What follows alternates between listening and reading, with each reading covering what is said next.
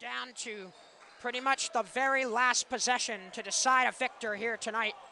Cam Ray on the inbound for the Gulls, 18 still on the shot clock. Ray gets the handoff and finds Barrett. Barrett inside, who retreats to the three-point line. Billy Arsenault sees a double team as Salem State will stay in the zone. Billy, spin move, dumps it off. Dylan Grant, it got blocked by Byrne. And now with under a minute to go, Salem State looking to tie. Sean Bryan behind the back, driving, double for Byrne. Jarrett Byrne under the rim, won't go, and a rebound for Billy Arsenault. About a 20-second difference between shot clock and game clock, and Billy Arsenault will come across half court. And now Jalen Echeverria with the ball in his hands, this time in single coverage, it looks like. Now a double. Jalen going around the screen, finds Ray, finds a spot and hits the three! And welcome in everyone once again high above Northfield. I'm JJ Silvia, joined by Autumn Hendrickson, and today the Gulls coming in with a 7-3 record overall, and Worcester State is 10-3. On paper, once again, Autumn, an evenly matched two squads in this game today. It should be a good one. Yeah, I'm really looking forward to the scores that we see here. And Kathleen Reisfelder, that beautiful goal in the last game, she's really started to put her stamp on this forward line when at the beginning of the year she wasn't in that spot. Now she's a namesake. Yeah, I still remember one of the games that we were playing away, and she facilitated so much of the offense. And I think that was against MIT, and I think that was really her coming out party. So here she comes. Kathleen Reisfelder looks to create even more magic tonight for the Gulls. Let's head down to the field for player introductions and the national anthem, and we will be right back here on ecgulls.tv. Welcome into the McDonald Gymnasium, everyone. John Silvia along with Cody Shalavu for a little bit of a halftime show. And Cody, it was the Kaylee Putnam story all through the first half. Oh, she was fantastic. 18 points for Kaylee. She's been hot all playoffs. 25 in the first round, 16 in the second round, including 6 of the final points to end up winning that game.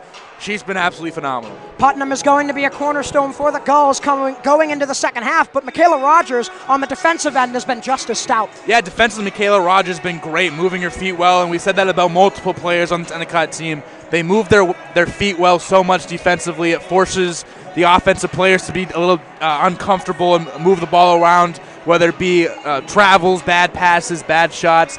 They do a great job moving their feet and playing defense with their lower half. And the Nor'easters, after pulling off a huge upset victory against Western New England, they're struggling a bit to get some points on the board early on in this game. Yeah, what do you think they have to do to improve on that? Yeah, I mean, Endicott really gone with this philosophy of denying everybody. No one's getting the ball off an easy pass, and that's given a few CCC teams, especially late, some trouble. But Coach Ewing's been here before, as you said, 7 CCC championships, including 6 straight at one point.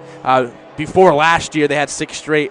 Before W&E had theirs last year. They know they've been in this environment. They know what to do. It's a 20-point game, which isn't friendly, but they have the best road record in the CCC. They've had this championship pedigree. I think they'll be coming out with some punches in the second half. 44-23 at the half. UNE will be looking, as Cody already mentioned, to test their road record that they've had this year. We'll be back in just a few moments to start the second half here on ecgulls.tv.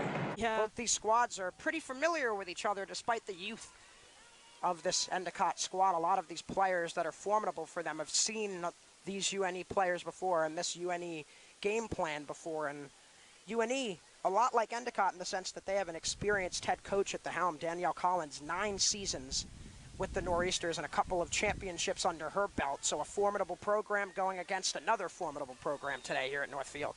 Yeah, I think it's looking to me right now like the transition from D to midfield for the Gulls is kind of the problem area where we're losing the ball.